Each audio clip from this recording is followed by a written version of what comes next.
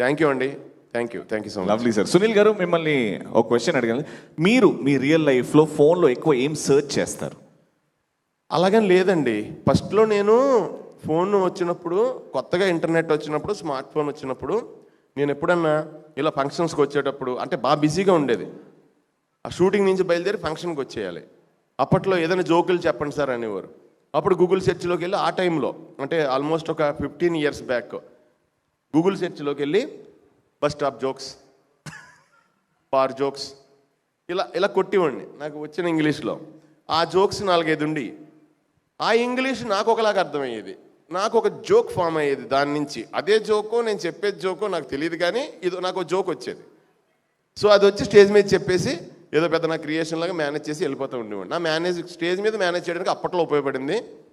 ఇప్పుడు ఏమవుతుందంటే, నాకు ఏది నాకు చేతిలో లేదండి. ఇప్పుడు నా ఫోనే నన్ను డిసైడ్ చేస్తుంది. ఇప్పుడు ఆ ఫోన్లో టెంగ్ అని ఒకటి వస్తుంది మెసేజ్, ఇదేంటి అని చెప్పి నొక్కుతాం. So now we are not operating the phone, phone is operating us. నిజమైతే లవ్లీ సార్. నేను నా లైఫ్లో సెల్ ఫోన్ వచ్చినప్పటికీ లేనప్పటికీ ఒక పెద్ద వ్యత్యాసం తెలుసుకున్నానండి. ఈ స్మార్ట్ ఫోన్ వచ్చాక నా చేతిలో అన్ని కెమెరా, ఫోను, మెయిల్స్, లెటర్స్, ఇంకా ఇదే లైఫ్. ఈ రోజున మనం ఏదైనా ఎప్పుడైనా ఎవరన్నా మనకు తెలుసు హాస్పిటల్లో జాయిన్ అయినా, ఐసీయూలో ఉన్నా, వాళ్ళ పక్కన ఫోన్కి పర్మిషన్ ఇస్తారు, కానీ వాళ్ళ అమ్మ నాన్న కూడా పర్మిషన్ ఇవ్వరు ఐసీయూలో. సో ఇది అంత ఇంపార్టెంట్ అయిపోయింది మనకి. నా ఫీలింగ్ ఏంటంటే, నా ఫోన్ నా దగ్గరికి వచ్చిన తర్వాత నేను ఏం తెలుసుకుంటున్నానంటే, ఈ ఊర్లో ఉన్న, ప్రపంచంలో ఉన్న మొత్తం అందరి ఇన్ఫర్మేషన్ తెలుసుకున్న బ్రెయిన్లో పెట్టుకుంటున్నాను.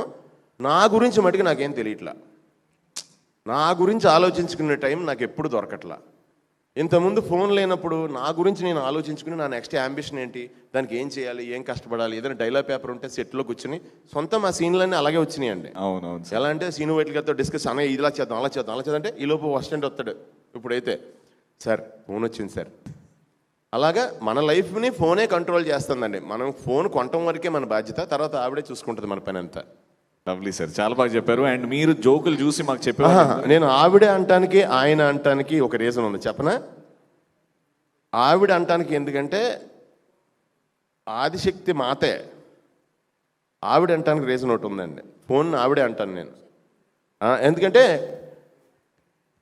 అంటే ఒక ఆడ మనిషి మగవాడు అవ్వగలరు, కానీ ఒక మగవాడు ఆడది అవ్వలేడు. ఇంకో ఆడ మనిషిని పెళ్లి చేసుకోవాలి.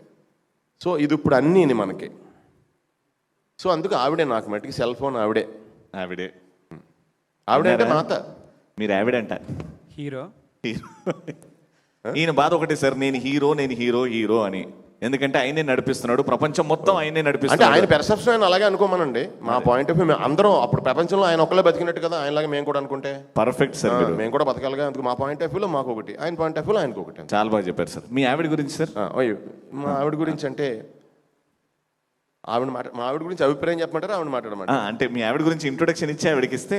ఆవిడ శాంత. ఆవిడ చాలా అంటే అంత గ్యాప్ ఇవ్వద్దు సార్. మా ఆవిడ చెయ్యి పెద్దది, కొంచెం ఏదన్నా వస్తువు తీసుకోవడానికి.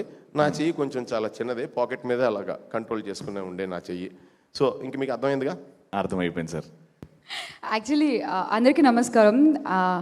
సారీ, ఒక చిన్న కరెక్షన్. ఇందాక నుంచి ఈ హీరో నా లైఫ్లోకి వచ్చాక నా లైఫ్ మారిపోయింది, మన అందరి లైఫ్.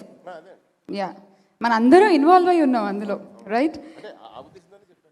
మీరు నా అన్నారులేండి.